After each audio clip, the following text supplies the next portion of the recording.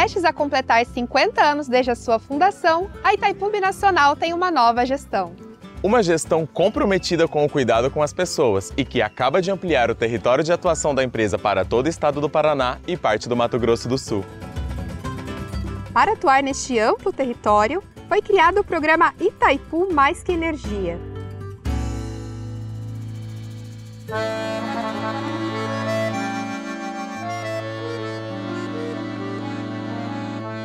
A iniciativa engloba diversas ações sociais e ambientais, que antes estavam restritas à região em torno do reservatório. E que agora vão chegar a 434 municípios, que somam 11 milhões de pessoas e 200 mil quilômetros quadrados de área. São ações alinhadas com a missão da empresa de promover o desenvolvimento territorial com atenção especial às pessoas e ao meio ambiente. E que contribuem com os Objetivos de Desenvolvimento Sustentável da Agenda 2030 das Nações Unidas. O programa Itaipu Mais que Energia é formado por ações de educação ambiental, gestão por bacias hidrográficas, desenvolvimento rural sustentável, plantas medicinais, sustentabilidade das comunidades indígenas, aquicultura e piscicultura sustentável, saneamento ambiental, gestão de resíduos sólidos, conservação e restauração da biodiversidade, responsabilidade social, pesquisa e extensão universitária, desenvolvimento cultural, turismo sustentável. Itaipu Mais que Energia. Uma nova Itaipu, a serviço de um Brasil mais humano e sustentável.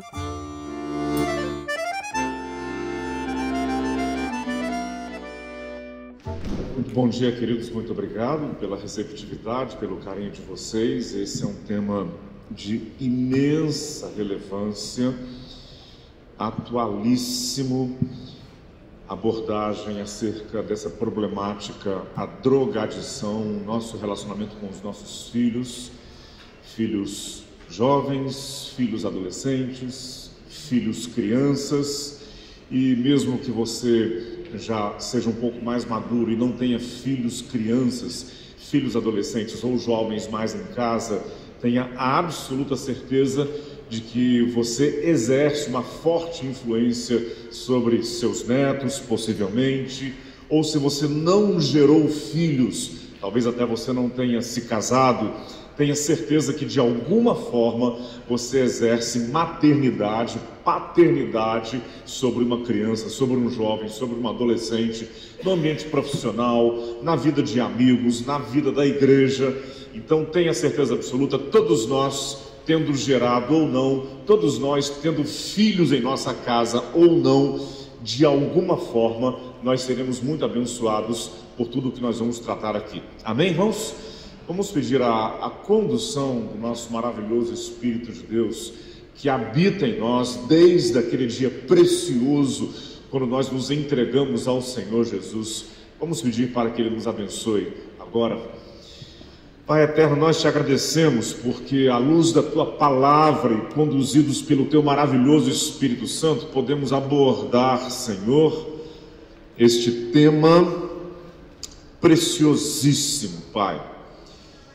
Esta questão tão problemática que tem estado cada vez mais presente na realidade brasileira, até mesmo, lamentavelmente, de nossas igrejas, nossos lares, questão da drogadição. Então, Senhor Deus, que nesse tempo agora de reflexão, que o Teu maravilhoso Espírito Santo nos conduza, nos elucide. Nós clamamos, Pai, pelo poder que há no nome de Jesus. Amém e amém.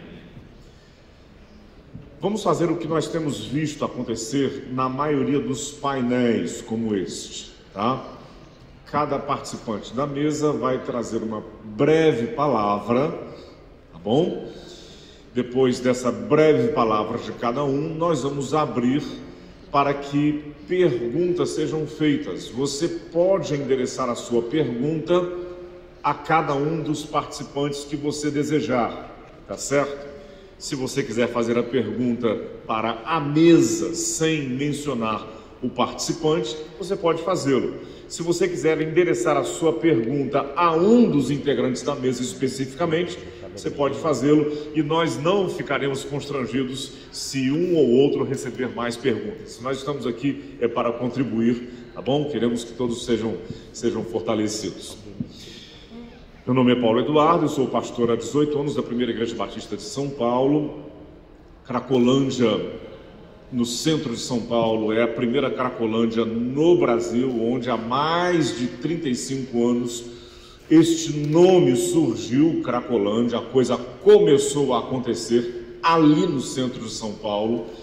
Fica a Cracolândia, o quadrilátero da Cracolândia, porque não é apenas uma rua, um local. A Cracolândia, ela se move com frequência num quadrilátero.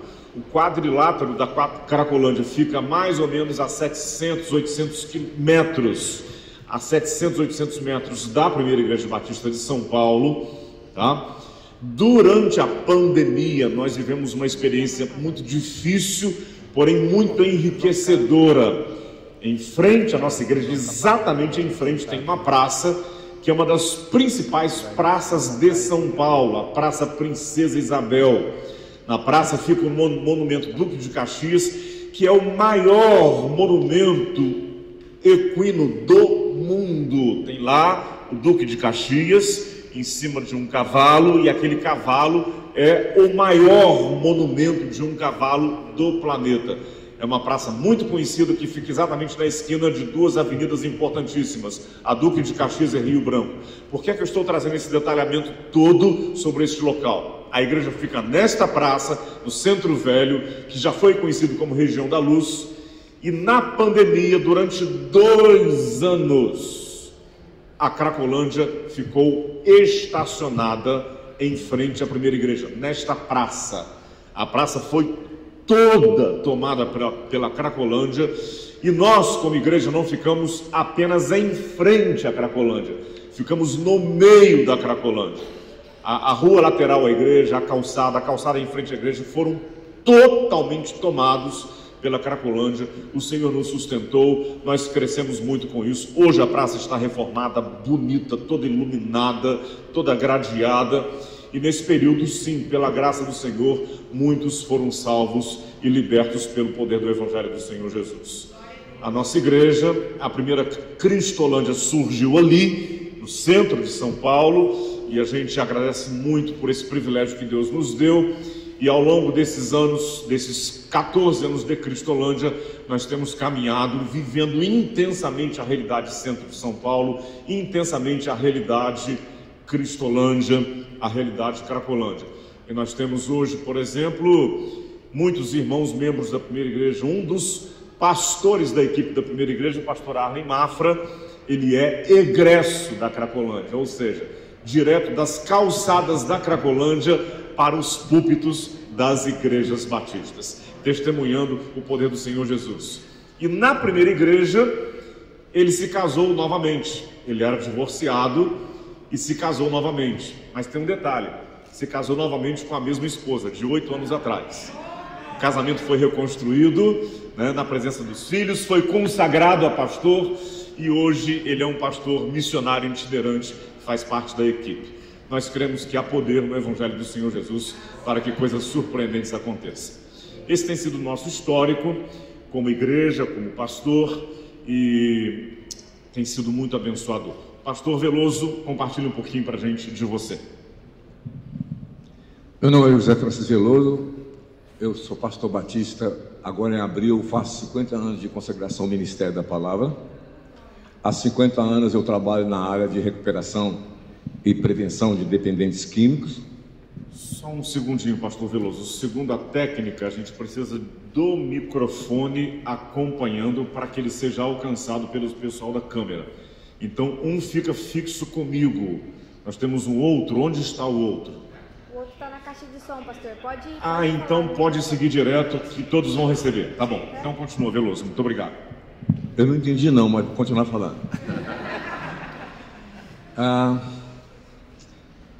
Bom, eu fui viciado em drogas na época. Naquela época se falava viciado em drogas, lá em Belo Horizonte. Eu era atleta do Clube Atlético Mineiro, dos 10 aos 19 anos eu usei drogas, a maioria dos jogadores usavam drogas, e aos 19 anos eu fui expulso de lá porque eu fui pego fumando maconha. Aliás, por falar em maconha, eu quero dizer para vocês o seguinte, eu não sei o que está acontecendo aqui. Você está chegando mais gente para ouvir, o que é? Ou aqui é depósito de instrumento? Não, é uma orquestra que vai tocar daqui a pouco. Aqui para nós? É.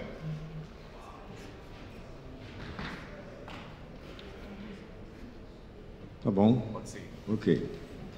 Bom, eu fui pego fumando um baseado de maconha atrás do vestiário do Clube Atlético Mineiro, fui expulso de lá, fui expulso da minha família, deserdado pela minha família, e tempos depois a igreja, me converti, eu fui levado na Igreja Batista em Belo Horizonte, na Igreja Batista da Floresta, e eu fui porque após o culto ia ter Coca-Cola e sanduíche. Eu fui para Coca-Cola e sanduíche, eu não fui por causa de pastor e Bíblia, porque eu não conhecia nenhum pastor, nunca tinha estudado uma Bíblia. Aceitei Jesus como Salvador. Eu ia suscitar na segunda-feira, os jovens daquela igreja, da igreja presbiteriana e da igreja Batista Lagoinha se juntaram para me ajudar, me tiraram da favela, me botaram num pequeno apartamento, pagaram um antigo supletivo para mim, uma dureza, não sei se vocês se lembram disso. Tempo depois eu fui ser pastor, fiz bacharel em teologia em Belo Horizonte, fui ser pastor em Três Rios, Rio de Janeiro, onde eu fiquei 30 anos e fundei o primeiro centro de recuperação para dependentes químicos do Brasil. Um pastor batista. Agora, o grande problema que eu tive, meus irmãos e minhas irmãs, foi explicar para os pastores batistas por que eu pegava esses caras na rua, essas mulheres, e levava para a igreja. Porque estava misturando o pessoal. Então, quando eu fiz o curso de psicanálise, eu me doutorei em dependência química no Brasil e no exterior, e houve uma época na minha vida, de 94 a 98, que eu fui deputado estadual do Rio de Janeiro por causa desse meu trabalho, e um dia, andando no shopping Rio Sul, eu encontrei várias lojas vendendo esse tênis aqui, ó, feito de maconha. Depois, se vocês quiserem tirar foto dele, tênis feito de maconha, da Adidas. Eu chamei a polícia, apreendemos, eu guardei um par para poder fazer palestras. Também comprei há pouco tempo atrás no Espírito Santo o Paper Hemp, papel feito de maconha para fumar maconha. E eu denunciei na polícia, denunciei ao Ministério Público, e o único que foi chamado à delegacia para depor fui eu. Então, o que está acontecendo hoje no Brasil, como aconteceu há pouco tempo atrás na TV Globo lá do Espírito Santo, me perguntaram o que fazer para impedir que as crianças entrem no caminho das drogas. Eu falei que de cada 10 caras que eu pego para recuperar, eu perco 5, eu recupero 5, mas desses 5 que eu recupero, 1 ou 2 ficam voltando nas drogas. Mas se eu pego 10 crianças e ensino o caminho que ele deve andar, prevenção, no futuro elas não vão usar droga. Então a única arma eficaz contra o tráfico ou o uso de drogas é a prevenção, é ensinar. Então, como o pastor Paulo falou, daqui a pouco vocês podem perguntar o que vocês quiserem, e quem ainda não recebeu esse papel que eu mandei fazer, Convenção Batista Brasileira, algumas orientações no papel, fiquem à vontade, tá ok? Vamos agora então ouvir o pastor Caio.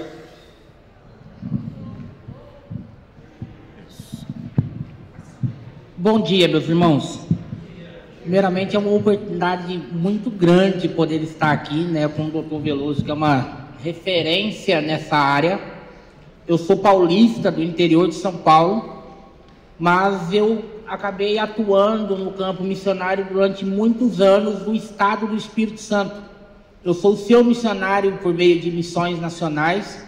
Eu trabalhei com a Cristolândia durante alguns anos e eu também coordenei ali no estado do Espírito Santo o programa Viver, que é um programa da junta voltado a essa área da prevenção. Eu queria que você projetasse para mim só a primeira foto da minha apresentação, que tem um QR Code.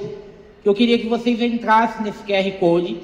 Lá também tem um folder que nós também escrevemos sobre prevenção, com algumas estatísticas, alguns números, e também como nós entendemos o planejamento, a forma como deve ser esse primeiro, a forma como deve ser o trabalho com a prevenção ao uso de drogas.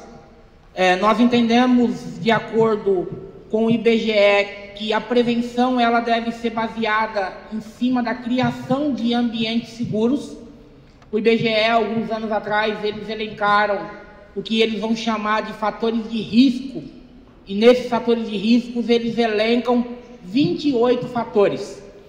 Dentre desses 28, 24 estão diretamente ligados à família. E aí nós pensamos e entendemos que para você poder desenvolver um trabalho de prevenção, você precisa tentar minimizar os ambientes de risco. O que são ambientes de risco? Pode ir passando para mim rapidinho, de forma bem rápida você pode ir passando. Ambientes de risco: falta de disciplina nos lares, autoritarismo, falta de supervisão dos pais na vida escolar do filho, pais que amam mais um filho do que outro, falta de diálogo nos lares, e aí nós poderíamos também estender isso para o ambiente da igreja.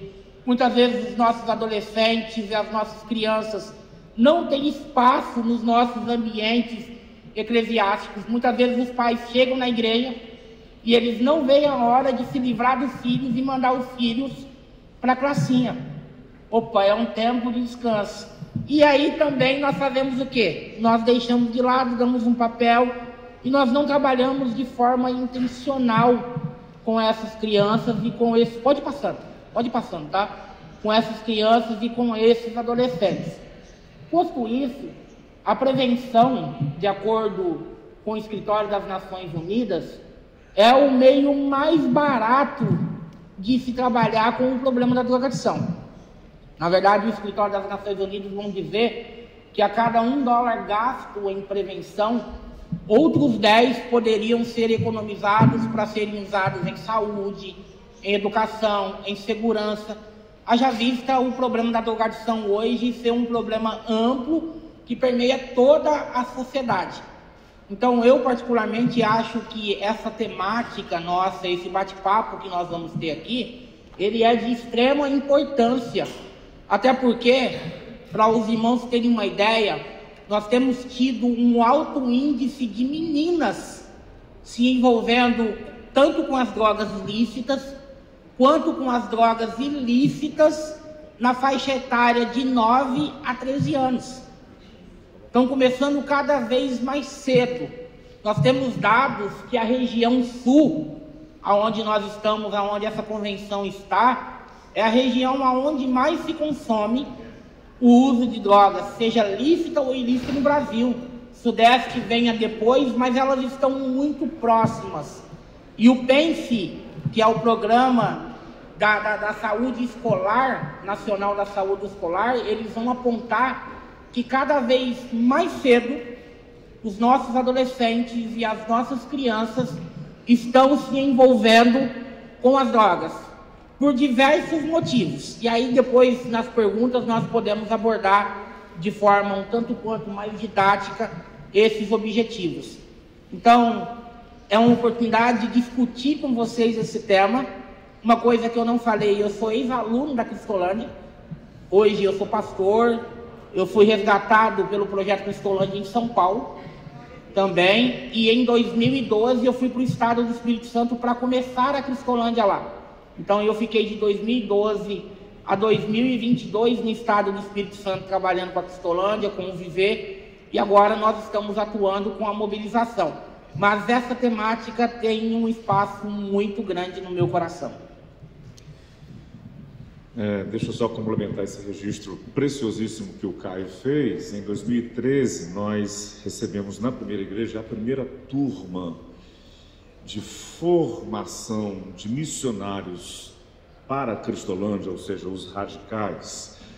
Toda ela constituída por egressos da Cracolândia, todos recuperados da Cracolândia, ex-alunos da Cristolândia, todos eles. Aproximadamente 70, eu acho que mais ou menos isso, né, Caio? 70. Eles ficaram quase 3 meses hospedados na primeira Igreja Batista de São Paulo e fazendo esse curso de formação, preparando-os para trabalharem nas Cristolândias. E o Caio fazia parte dessa turma, né? Então, vamos dar uma salva de palmas para o Caio, né? É um fruto preciosíssimo, né? Um exemplo nítido aqui, um monumento que mostra claramente que há poder no Evangelho do Senhor Jesus para que libertação aconteça, né? Veloso também pediu para dar uma palavrinha antes das perguntas. Eu queria a permissão de Vossa Excelência, pastor Paulo, Já que já está mostrando lá os slides, que mostrasse os meus também depois, porque em cima daquele que eu vou mostrar, vocês vão poder fazer perguntas, não é? Por exemplo, esse boné aqui, 4,20, você sabe o que é? Quantos aqui sabem o que é 4,20? Ninguém, tá vendo? 4:20 p.m., 4:20 da tarde, horário internacional de fumar maconha em homenagem a Bob Marley. Todo maconheiro. E isso aqui eu peguei na cabeça de um jovem crente que nem sabia disso. Ou seja, nós precisamos ensinar, mostrar claramente e objetivamente. Há pouco tempo atrás eu estava num colégio do Estado, fazendo palestra para... Ei, cara. Ei. Bom dia, galera. Tudo bem? Sou o Flávio. Agora não, calma aí.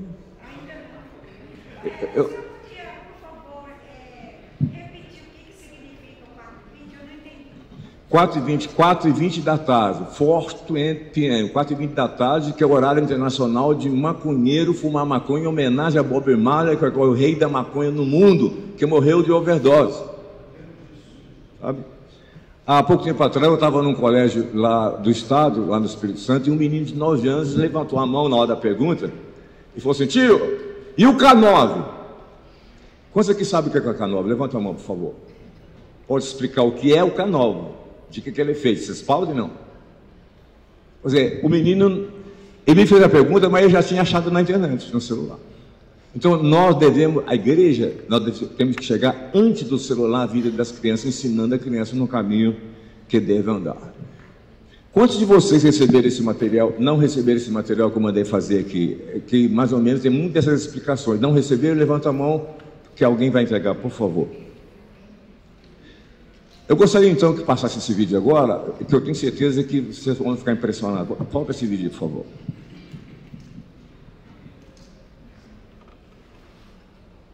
Depois eu explico como é que ele chegou até mim, esse rapaz.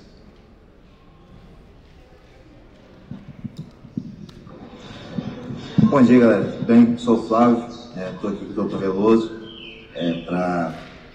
Bom, só relembrar também o último vídeo que vocês me viram, eu ainda tinha essa perna e perdi pelas mesmas situações. Hoje eu estou bem melhor, né?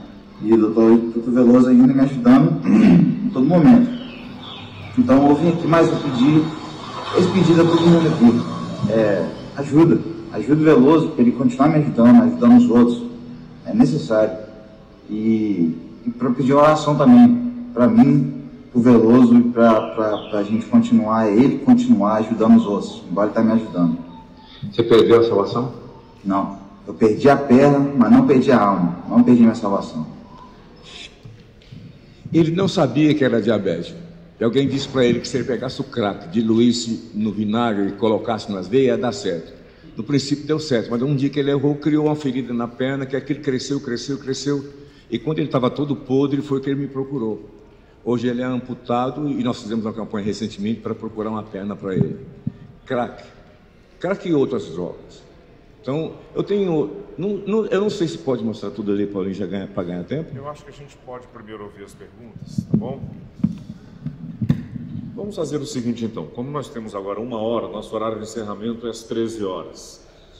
Nós vamos ouvindo as perguntas e, com o caminhar, Pastor Veloso, a gente vai abrindo espaços para que os vídeos sejam mostrados, tá bom?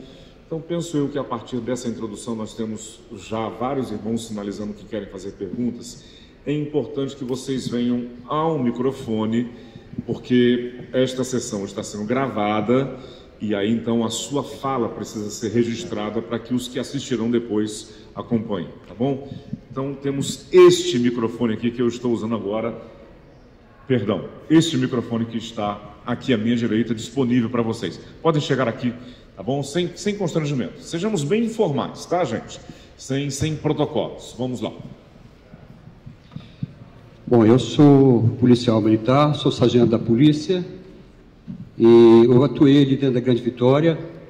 Veloso me conhece há um bom tempo, né? Eu sou do Espírito Santo, sou ovelha lá do pastor Leomar, qual o pastor Veloso também é ovelha. E eu trabalhei muito ali na Grande Vitória, Vila Rubim, Ilha do Príncipe, aquela área ali de tráfico ali. E eu peguei muitos meninos filhos de evangélicos, filhos de pastores, né? A minha pergunta para vocês é que existe um programa para atender os pais, porque eu passei por essa dificuldade e às vezes eu tinha de levar os pais para lá e conversar com os pais. Como policial eu tive de conversar com os pais. A igreja tem um programa para atender esses pais? Por favor, por favor. Senhores, bom dia. Bom dia a todos, meu nome é Everon. Eu pedi a palavra porque a minha pergunta está encaixada na pergunta dele, daí responde de uma vez só. Ótimo, irmão. Os nossos filhos vão para a universidade aos 16, 17, alguns aos 19, 20 anos. Então eles passam, e agora nesse momento eu estou falando sobre os filhos dos cristãos. Eu sei que o problema das drogas, ele é um problema que está fora da igreja, mas está dentro da igreja também. Ele chega nas nossas famílias, mas eu quero falar sobre as famílias cristãs e a minha pergunta está focada nas famílias cristãs. Nossos filhos vão para a universidade, então eles ficaram conosco 17, 18, 20 anos. Foram para a escola dominical, desde criancinha, cantaram no coral, aprenderam que só Jesus Cristo salva. E eles ficam 4 meses, 6 meses na universidade e já começam a balançar na sua fé, quando começam a escutar algumas coisas na universidade. Por exemplo, não foi Deus que criou nada, mas tudo veio de uma explosão. E nós ficamos surpresos, porque 4 meses na universidade corromperam 16, 17, 20 anos de convivência e convicção na igreja. Esse mesmo raciocínio eu penso que pode valer para o uso das drogas. Os nossos filhos ficaram conosco 13, 14, 20 anos e de repente ingressaram no mundo das drogas. Mas eles foram para a escola dominical, eles cantaram no coral das crianças, eles participaram da escola bíblica de férias. A minha pergunta para os nossos especialistas aqui da mesa: nós estamos errando em alguma coisa? E se estamos errando, onde nós estamos errando e como podemos acertar? Obrigado. Irmão, esta pergunta é preciosíssima. Quero pedir licença ao irmão interlocutor anterior, tá? Irmão Carlos, pastor Carlos, me perdoe, tá? E eu quero fazer uma ponderação sobre isto. Existe um dado estatístico de muita credibilidade que mostra que 70% dos jovens evangélicos criados em igreja, batizados, com 6 meses de vida universitária, abandonam completamente os fundamentos da fé.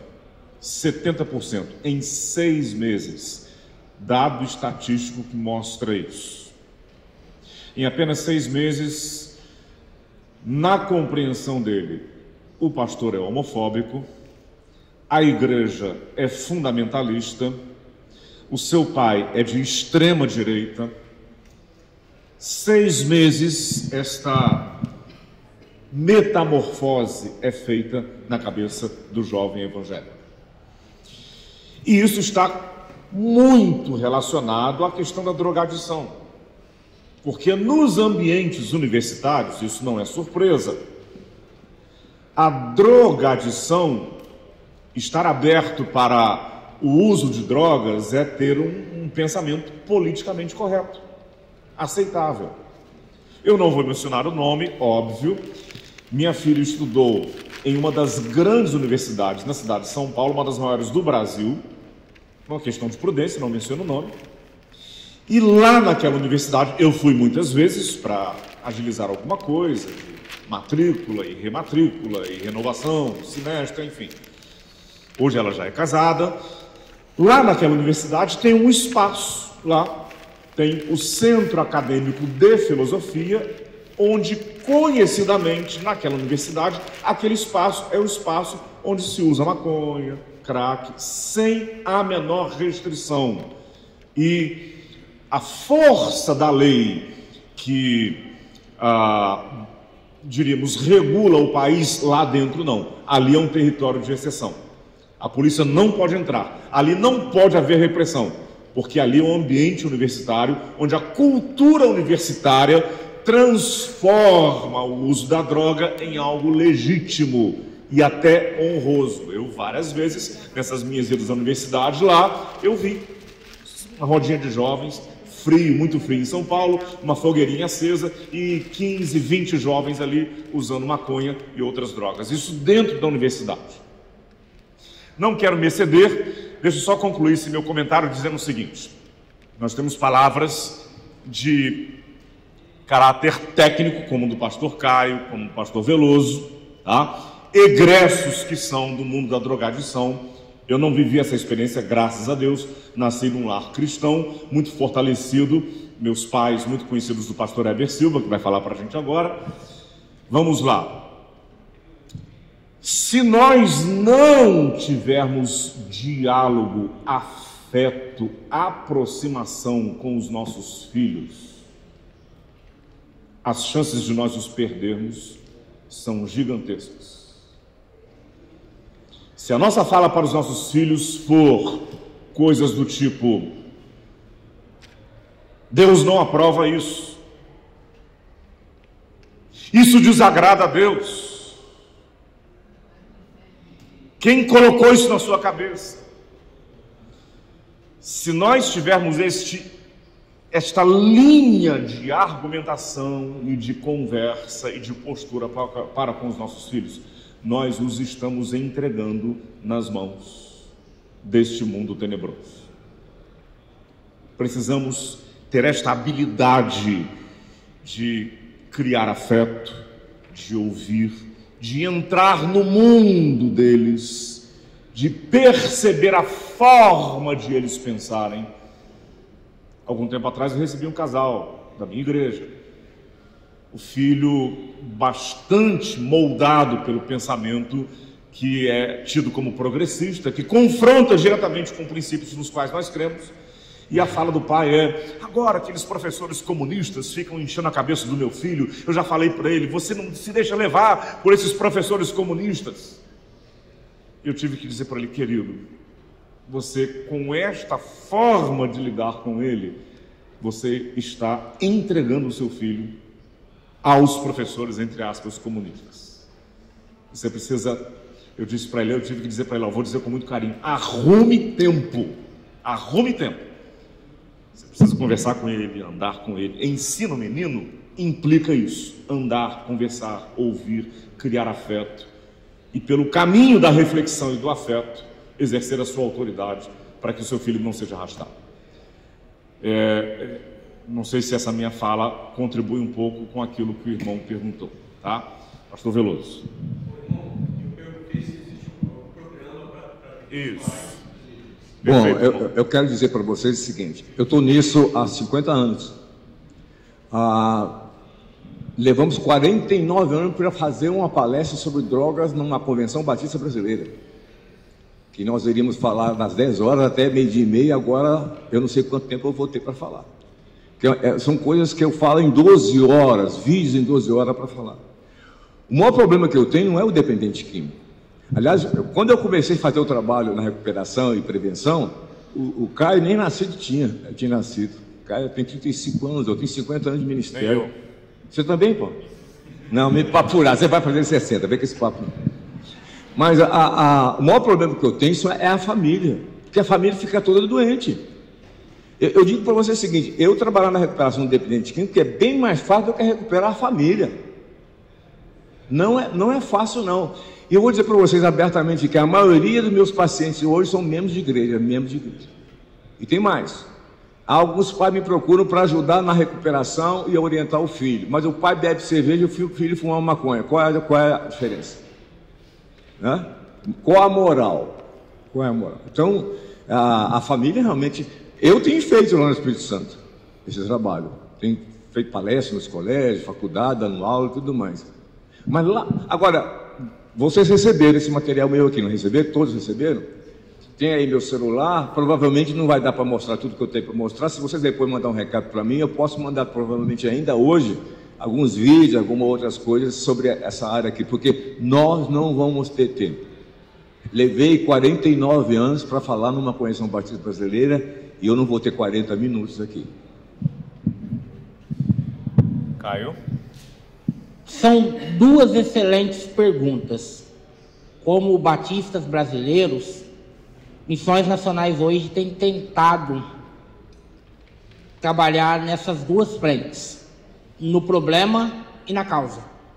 O problema da drogadição é real. O pastor Paulo apresentou um cenário aqui da Cracolândia, em São Paulo. Quem já foi lá sabe como é aquilo lá, mas não é apenas lá. Na verdade, hoje você encontra em todas as grandes cidades do Brasil pequenas Cracolândias, não na proporção de São Paulo, mas você encontra isso em diversos lugares.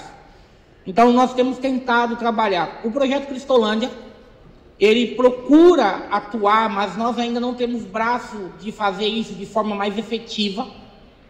Mas nós procuramos trabalhar com os pais dos nossos acolhidos o que nós chamamos de a codependência, que é uma forma de você trabalhar com a família, como ela vai lidar com o dependente químico.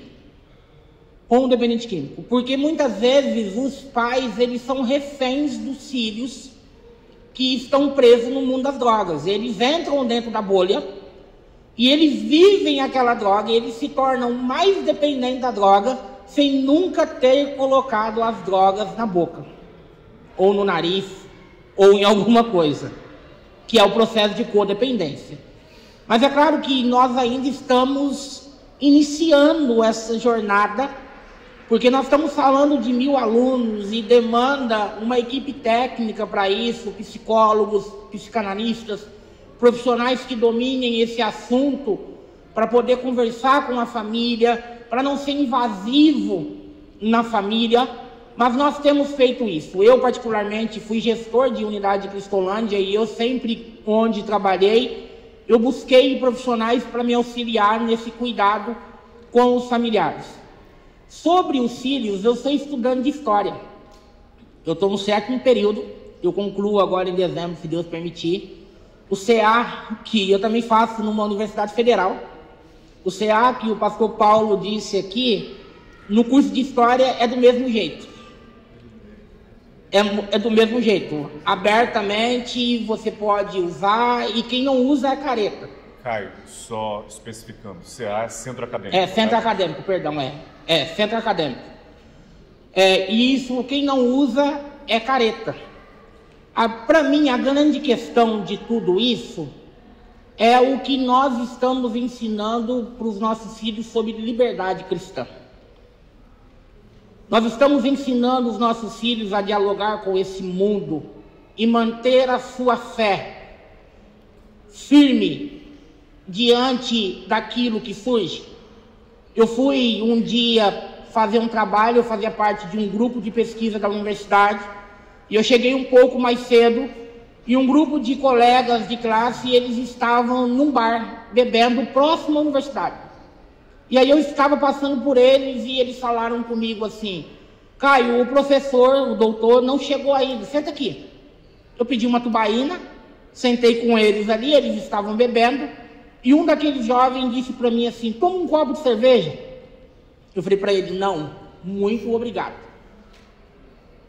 Passou-se alguns minutos, esse jovem olhou para mim de novo e disse assim: Caio, só um copinho não vai te fazer mal. Eu disse para ele: olha, você me respeita. Eu sentei aqui, eu não critiquei que você está bebendo a sua cerveja, eu disse que não bebo, e eu quero que você me respeite. Eu sou cristão, os meus valores não aceitam isso, e eu quero que você nunca mais faça isso. Depois desse dia, a postura dos meus amigos de classe, das pessoas da universidade, mudaram comigo. E aí passou-se, alguns deles começarem a pedir oração, a pedir que eu ajudasse eles em algumas coisas nesse sentido. Então, para mim, a grande questão dos pais, não estou tentando não ser repetitivo do que eles falaram aqui, porque tudo que eles falaram está envolvido nisso que eu estou dizendo. A questão dos pais desse relacionamento é: o que é ser livre? O que é ser cristão no século XXI, no mundo pós-verdade? Na verdade, não é agora. O que é ser cristão, né? Mas o que é ser cristão hoje? Os nossos filhos precisam ser preparados para isso, e isso começa na primeira infância. Eu tenho um slide ali que vai mostrar. Vai passando para mim, fazendo um favor. Eu só vou mostrar um slide só. Não vou nem falar não, só pode ir descendo. Pode ir descendo. Vai descendo, fazendo favor. Vai indo, pode ir, pode ir. Na hora que for parar, eu te aviso. Pode ir, pode ir. Como o Veloso disse, nós queremos apresentar para vocês algo. Vai clicando ali embaixo, ali na setinha, que você vai descendo. Do lado de lá. Aí, nessa setinha aí. Aí, vai descendo, vai descendo. Pode ir. Pode ir, tá? Vai indo. Ali é o que o pastor Paulo falou sobre a forma como você vai lidar com os seus filhos, amor, tal, falta de diálogo. Esse daí, o último aí, o de baixo, dois para baixo. Aí. Ensine seus filhos a ler a Bíblia com o seu exemplo. O grande problema é que muitas vezes nós queremos que os nossos filhos leiam a Bíblia dentro de casa, mas nós não lemos a Bíblia. Eles não veem a gente lendo a Bíblia. Eles não nos veem orando. Eles não nos veem. Às vezes nós ficamos criticando o pastor dentro de casa.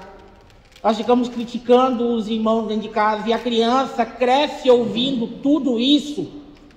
E ela vai criando uma aversão ao ambiente. E a proposta da universidade é muito sedutora. Se a pessoa não tiver uma base cristã sólida, ela vai se corromper. Espero poder ter ajudado e contribuído um pouquinho na resposta ao irmão. Ok, podemos então passar para a próxima pergunta. Querido amigo pastor Heber Silva.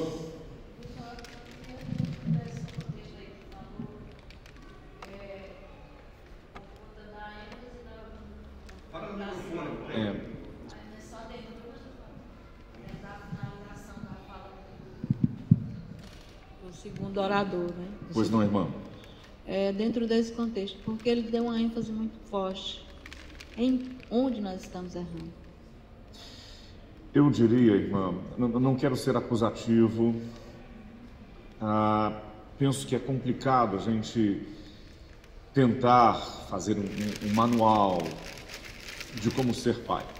Eu sou psicólogo, aí conta-se que o psicólogo, o camarada terminou o curso dele e ele fez a tese de conclusão de curso sobre como educar os filhos. Tá? E ele transformou sua tese em livro.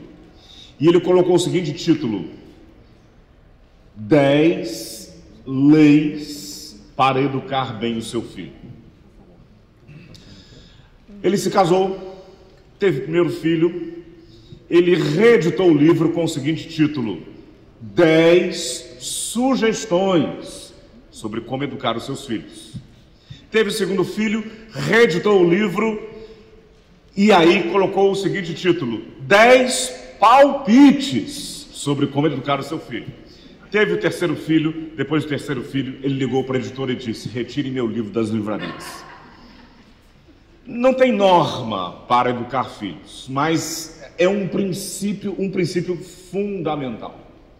Falhamos se nós não aprendemos a ir até onde os nossos filhos estão. Nós somos da época, o Caio não. Meu pai olhava para mim e o olhar era suficiente. Eu entendia tudo o que ele estava dizendo e eu sabia o que eu tinha que fazer. Um simples olhar. Eu querer educar os meus filhos hoje, ou 30 anos atrás, minhas filhas têm 30 anos, uma 30, outra 32. Da mesma forma como eu fui educado, é um erro abissal, gigantesco. Mas eu fui educado assim e é assim que eu vou educar os meus filhos. É um erro crasso. As minhas filhas perguntavam, há 25, 26 anos atrás, quando elas tinham 5, 6 anos de idade. Não é resposta. Eu quero saber por que não. Sim. Ouvi muito isso. E se eu não aprendesse a dialogar com elas, entrar no mundo delas, abraçar e conversar, e algumas vezes pedir perdão, eu as teria perdido. Então eu diria que, na minha experiência pastoral, irmão, perdão, o seu nome? Tânia Sobreira. Antônia, na minha experiência pastoral, muito mais como pastor, muito menos como terapeuta, como psicólogo, eu diria que isso é muito predominante no relacionamento entre pais e filhos. Nós não dialogamos, não chegamos ao local emocional, mental, cultural, onde eles estão. Nós queremos que eles venham a nós. E aí nós os perdemos. Isso é crucial. Crucial. Os nossos filhos, nossos netos estão ouvindo mais do que estão vendo. Nós estamos vivendo uma época hoje de imagem, de celular e tudo, entende? Se eu falo uma coisa e não vivo perto dos meus filhos, netos, aquilo que eu estou falando, eles não vão acreditar. O que eu falar, eu tenho que estar vivendo. Ok, então eu estou satisfeita porque, perdão, gente, então é pastora Tânia Sobreira, do interior do Maranhão. E perdão, não é pastora? Pastora. Pastora Tânia Sobreira. Justamente psicóloga, psicanalista, e a gente chega a esse ponto, de fato, a conexão aprendida pela imagem daquilo em que nós realmente entendemos como autoridade, o conceito daquilo que é bom para mim, naqueles que me influenciam. E isso inclui a própria família e a igreja, entende? Então, se não há uma visão do acerto, como eu posso prosseguir? E é isso que está desencadeando realmente um aprendizado distorcido nas nossas crianças e no meu interior do Maranhão. 14 mil habitantes no todo, não apenas na sede, na cidade, em que o próprio gestor, ele é evangélico, da nossa igreja. E então, o que acontece? O tráfico, todos estão tendo acesso com esses números logarítmicos, porque a gente precisa realmente saber o significado, e as crianças de 9 até 15 anos já estão todas dando as costas para a família e para a igreja. E, de fato, você falou dentro da sua fala, né? Psicólogo também, pastor, e eu pastora, psicólogo, psicanalista e terapeuta, e a gente fica tentando entender. E é isso, imagem. Qual a imagem que mais cresce em mim? E eles dão as costas para a igreja, para a família, se a imagem não for maior do que lá fora mostra, como ele disse sobre a faculdade e as drogas que dão uma liberdade, né? Então, muito obrigada. E a gente precisa de mais dessas salas. Muito mesmo. Pastor Heber, me dá só 30 segundos. Já pega o microfone, por favor. Me dá só 30 segundos. Pastor.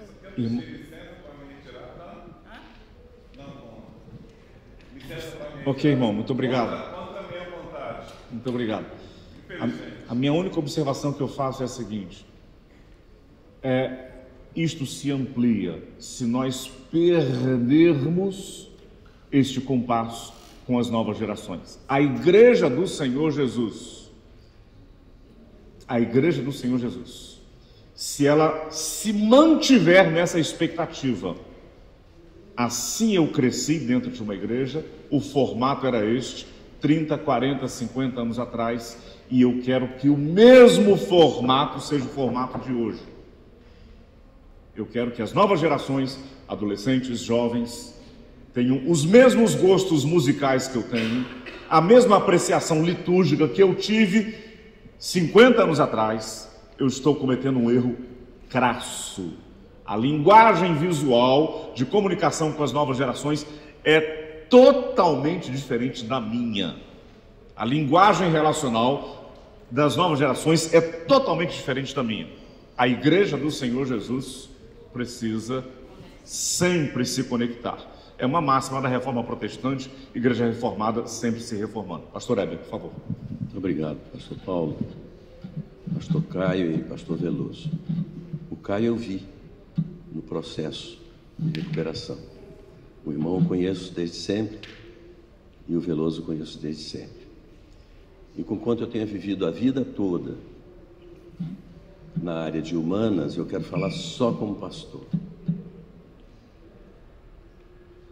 Eu conheci muita gente que trabalhou, casou, fumando maconha.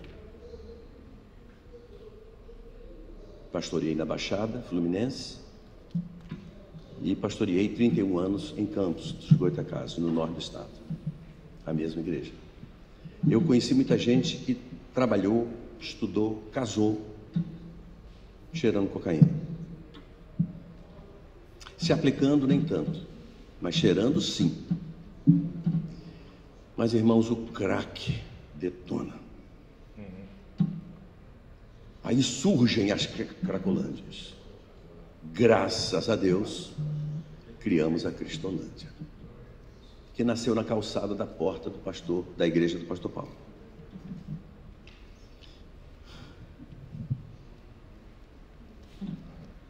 Eu pastoreei 31 anos em Campos, irmãos.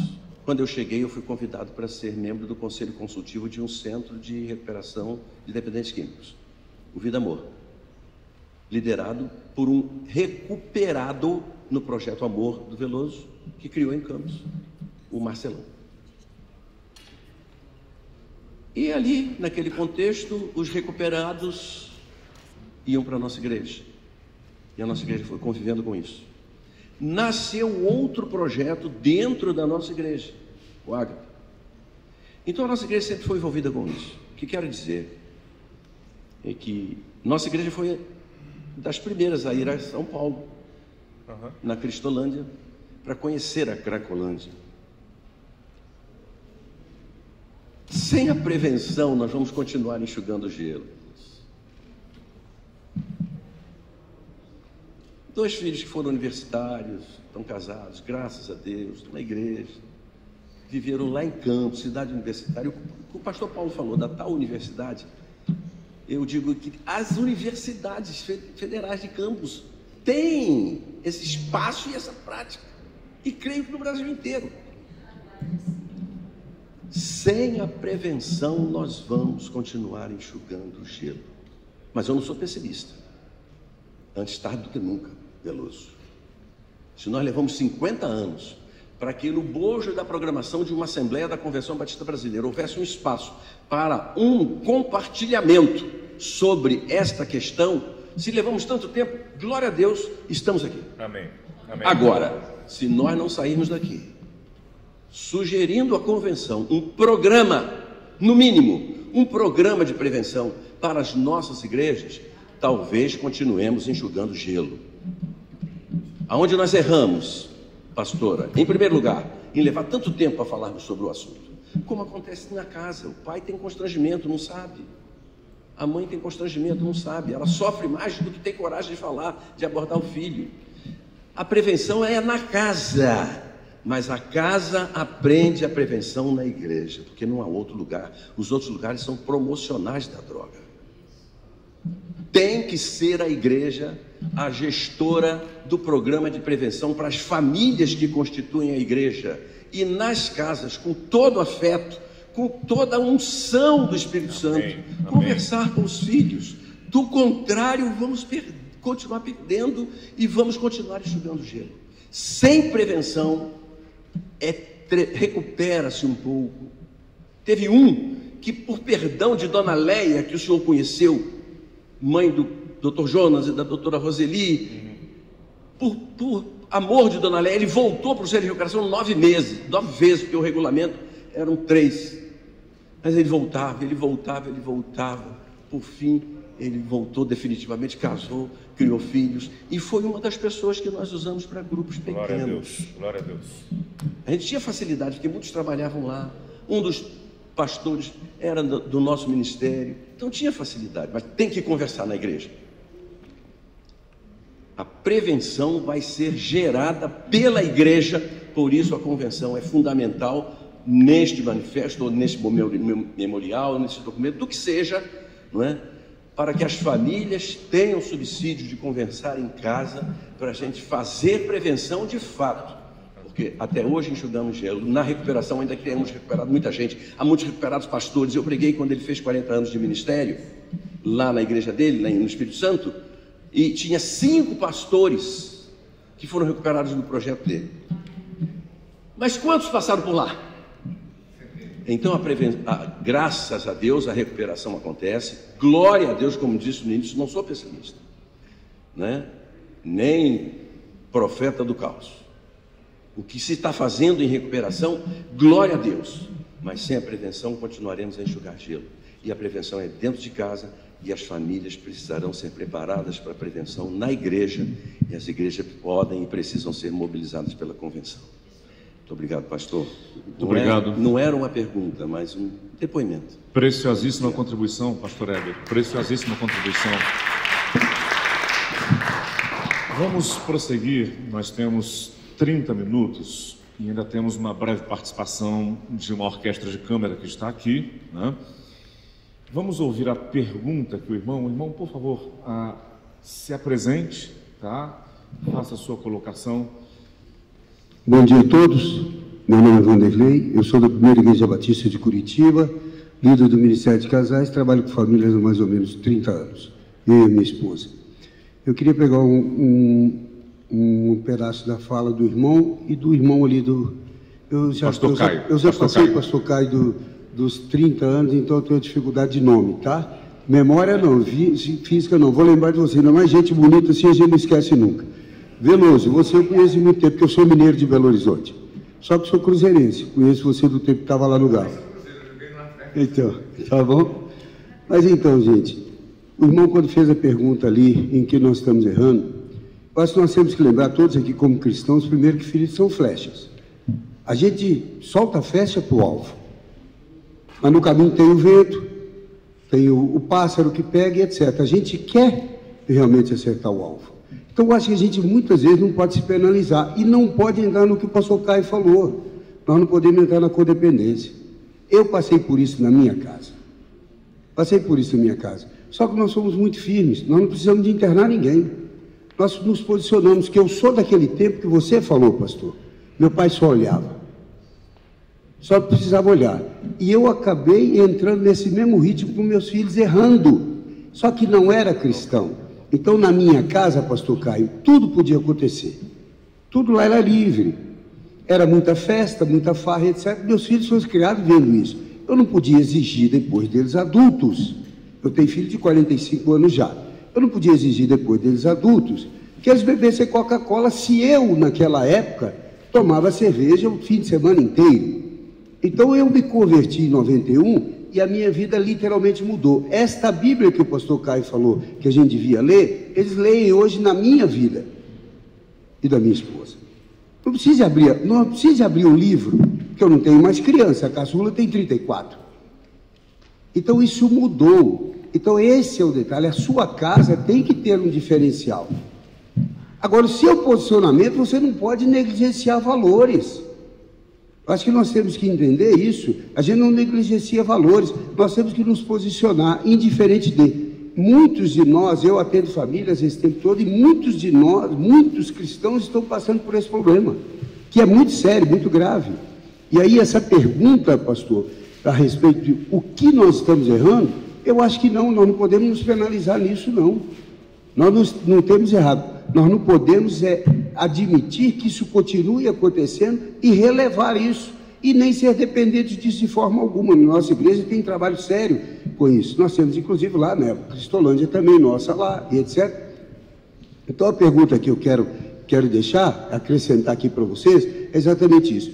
E para frente, o que fazer? Porque até aqui já aconteceu. Prevenção. Né? Não, a prevenção, ela vem, você me falou, nós estamos falando dela, nós temos que fazer. Mas a atitude, porque hoje nós temos adultos, nós não temos mais crianças, nós não estamos falando de bebê, nós não estamos falando de menino de 10, 12 anos. Nós temos vários adultos na igreja, homens e mulheres de mais de 20, 30 anos, que estão na igreja, participam do culto do domingo, e no entanto tem, como o pastor falou ali, caso, etc., usam maconha, usam cocaína naturalmente, e acham que não tem problema algum, porque não atrapalham em nada, e tem uns que ainda falam o seguinte: maconha não faz mal nenhum, maconha pode liberar, não tem nada a ver como fumar um cigarro. Então, eles não têm esse temor ao Senhor para isso. O que fazer para frente? Porque essa mudança tem que acontecer, como está acontecendo lá com o Saulo, lá na outra sala. O mesmo problema, a droga está dentro da igreja, como a homossexualidade também está dentro da igreja. Então, a gente precisa... Perdão, qual o nome do irmão? Vanderlei. Irmão Evandeir? Vanderlei. Em primeiro lugar, eu quero reconhecer a sua preciosa coragem de dar o seu testemunho quanto a essa luta que o irmão teve em sua casa. Sua coragem, a sua grandeza, e isso contribui efetivamente para o nosso crescimento, tá bom? Uma salva de palmas para o irmão Vanderlei, né? Ele deu seu testemunho público sobre isso. Quando nós mencionamos aqui, irmão Vanderlei, sobre erros que nós cometemos, a intenção não é, em hipótese alguma, criar uma consciência pesarosa, culpabilizar, colocar um fardo maior, não. A nossa intenção, ela é gerar crescimento, aprendizado, A ideia é onde nós erramos, não é isso, doutora, pastora, perdão? Onde nós erramos, a proposta com isso não é culpabilizarmos, mas sim precisamos aprender com os nossos erros para corrigirmos. Mas parabéns, tá bom, irmão Vanderlei? Nós não sabemos como nem prevenir. Isso. Vamos então à próxima pergunta. Se apresente, por favor, irmã. Boa tarde a todos. Eu me chamo Fátima, sou missionária de Missões Nacionais, coordenadora juntamente com meu esposo do programa de Radical Sertão, em Juazeiro do Norte, Ceará. Sou educadora cristã da Primeira Igreja Batista da Convenção em Juazeiro do Norte e pedagoga.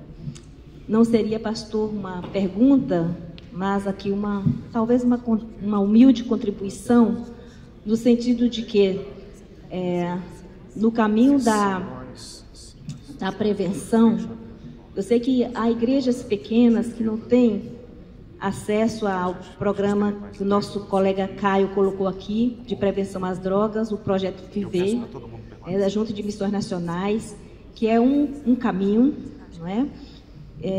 Como o pastor bem colocou aqui, o caminho de fato é a prevenção, porque senão estaremos enxugando gelo, né? A gente vê que,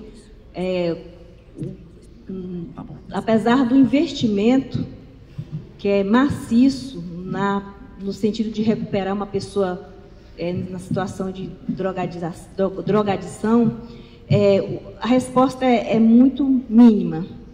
Mas graças a Deus pelo pouco que tem acontecido, né? As respostas positivas. Creio que nossas igrejas têm, quase todas, eu acho que todas talvez tenham um trabalho com casais, né? Ministério de casais, Ministério de famílias. Então, precisamos de fato olhar para esses casais, essas famílias, com muito carinho, no sentido de levar palestras, né, ofertar palestras que venham ajudar na condução da criação de nossos filhos. Nós não temos um manual, nenhum pai traz um manual, criança quando nasce não traz um manual, e elas são tão diferentes, né, nossos filhos um do outro, mas assim, as palestras elas podem dar uma grande contribuição. E ali, como o Provérbios 22:6 nos diz, ensina a criança. Então, nesse processo de ensino-aprendizagem, que é longo, né? Exige uma caminhada, é nesse processo que vai gerar laços afetivos. E eu creio que a questão dos laços afetivos serão uma grande proteção. E é isso que a gente precisa olhar, focar, né? Porque os pais estão ausentes, como o irmão Caio colocou ali, ausentes do convívio familiar, estão muito ocupados com outras coisas, e a criança, né, vai ficando para trás, né, sendo negligenciada. Então, creio que nossas igrejas poderão investir nisso, na questão dos laços, né, palestras que vão ajudar os pais a conviverem melhor. A mãe, eu creio que a mãe, sei que existe a questão da profissão, que é muito importante, né? A gente investe numa profissão o tempo todo, trabalha, estuda, tudo mais, mas quando criança pequena, quando temos crianças pequenas, nós precisamos abrir mão de alguns privilégios, mesmo que a gente passe a ganhar menos, né? Mas a gente estará investindo de tempo integral numa criança. Sei que nem todas as famílias têm esse privilégio, mas muitas vezes nós precisamos sim abrir mão de ganhar mais, né, para poder investir mais em nossos filhos, para que a gente tenha um retorno melhor, né? Então, creio que as igrejas poderão fazer muito, criando ministérios com casais, com famílias, e investir na questão de palestras que venham fortalecer os laços familiares como um grande caminho para a prevenção. Preciosíssima esta sua fala. Recentemente eu aconselhei um casal, os dois empreendedores, jovens, marido e mulher, com filhos ainda pequenos, eles estavam tendo problemas relacionais com um dos filhos e a argumentação foi: a gente tem que trabalhar muito, viagens, o nosso empreendimento solicita muito. E a irmã falou exatamente o que eu disse para eles: ganhem menos dinheiro e tenham mais tempo para estarem com seus filhos. Ganhem menos dinheiro, reduzam os seus investimentos, reduzam sua agenda nos empreendimentos, para que vocês tenham mais tempo em casa. Pois não. Bom. Eu sou o pastor Evandro, pastorei ali a Primeira Igreja Batista em Arthur Nogueira, e eu só queria compartilhar uma experiência brevemente, mas para chegar na minha pergunta. E a experiência é o seguinte: eu me considero um pastor de varejo, que é aquele pastor que está no meio das ovelhas. Então a gente sente a dor das pessoas, acompanha. E uma das coisas que mais tem chocado a gente é quando você tem que convocar uma clínica compulsória para levar a pessoa. É muito dolorido, porque parece que chega ali 2 leões de chácara e pegam a pessoa à força e levam.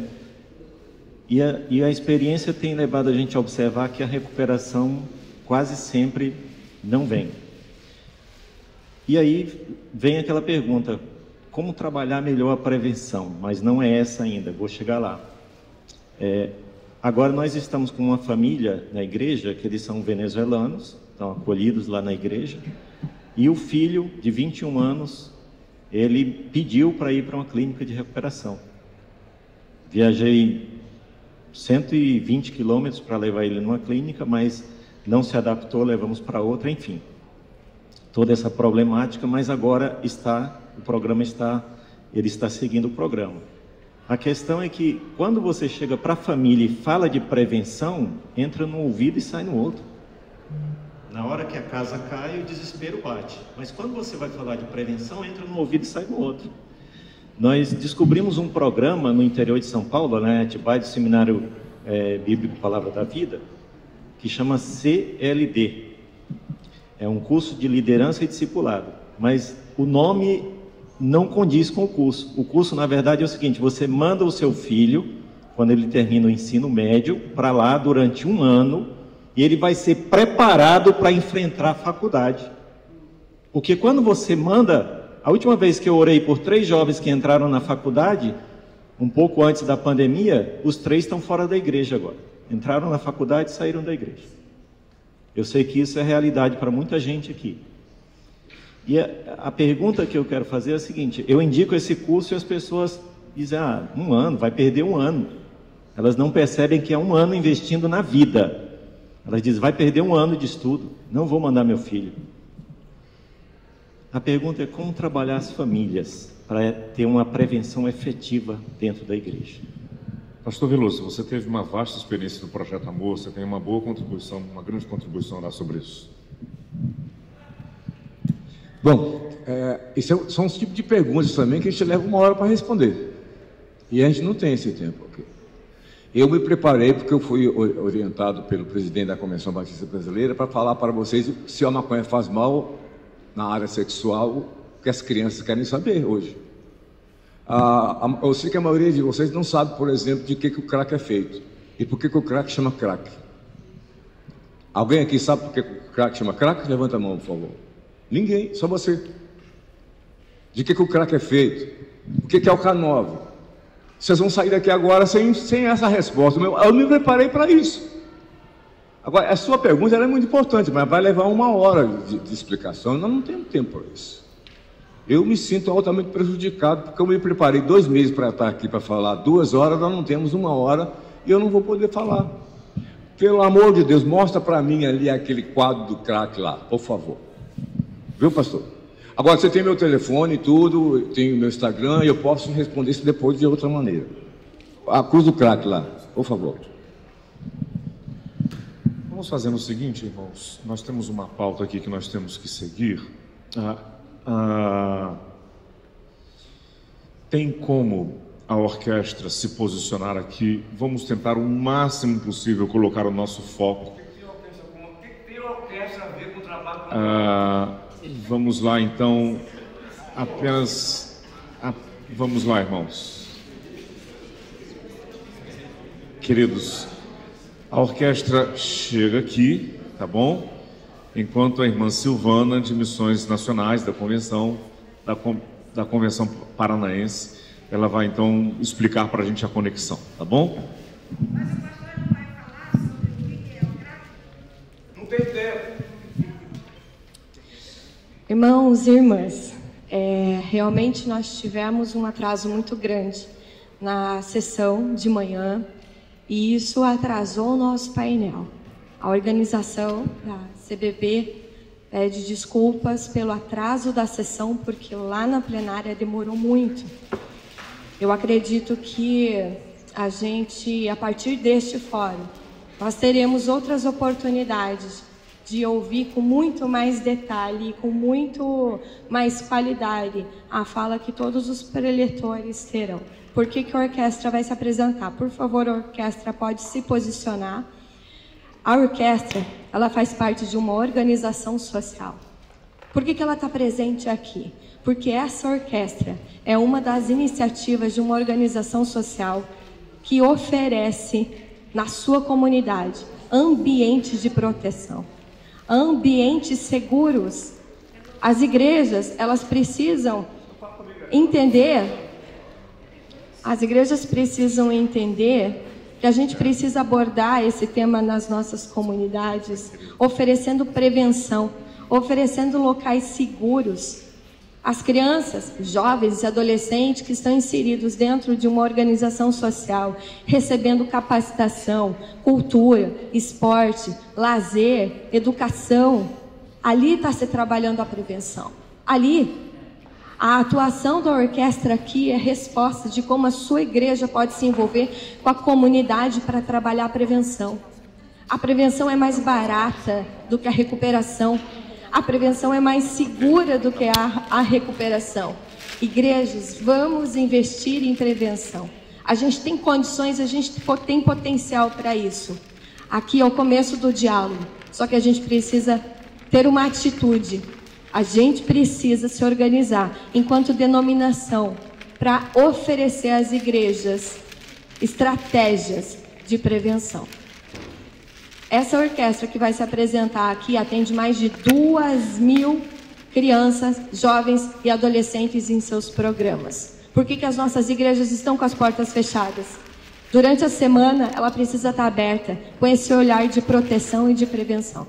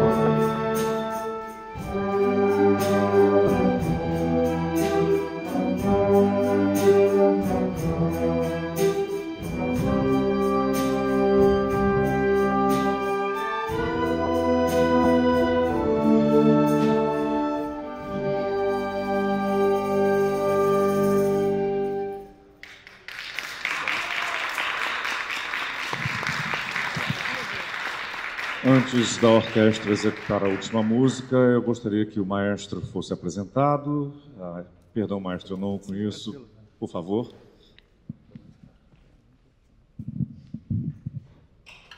Irmãos, esse é o maestro Vanderlei. Eu vou pedir para o Vanderlei vir aqui um minutinho de uma saudação. A presidente dessa organização chama-se Leci. Ela gostaria muito de estar aqui, né, para participar deste momento. E ela mandou, então, o maestro Vanderlei e toda essa galera bonita aqui para representar essa organização. Bom dia a todos, que a paz de Deus esteja com todos vós. Meu nome é Vanderlei, como já foi dito, estou há 7 anos na entidade, começamos do zero com essa garotada aqui. Eu digo que não é difícil de influenciar para coisa boa quando a ação é boa, né? As coisas difíceis, claro que é difícil, mas se tiver uma ação boa, monitorando esses meninos, a gente consegue encaminhar eles para o lado certo. Por isso que essa ação está sendo muito boa, né? Quero dizer que nós lá, já foi falado, nós atendemos mais de 2.000 alunos. Nossa orquestra de câmara, essa é pequena ainda, né? Mas nós estamos com 120 alunos, crianças dos 6 até os 18 anos, estudando música. Então, nos próximos anos, vocês vão encontrar uma orquestra maior, se Deus quiser. Tá bom? E não se trata só de música. A música é apenas uma ferramenta para nós trabalharmos o social, a cidadania, caráter. Ok? Tá bom? Muito obrigado pela oportunidade. É um prazer estar aqui com vocês.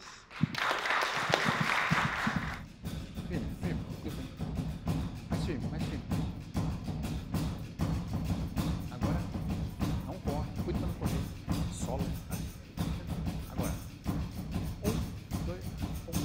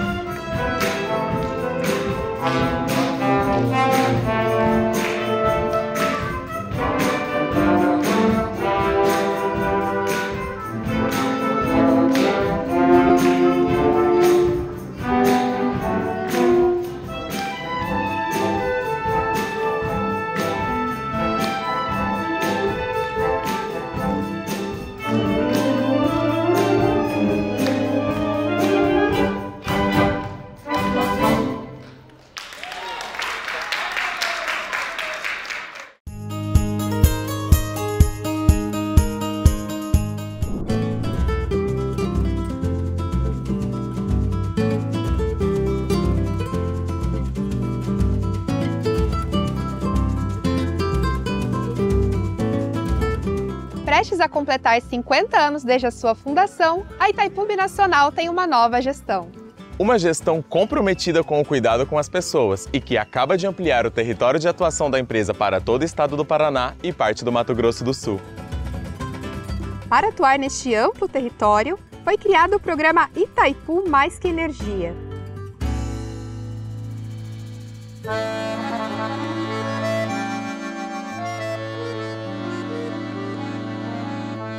A iniciativa engloba diversas ações sociais e ambientais, que antes estavam restritas à região em torno do reservatório.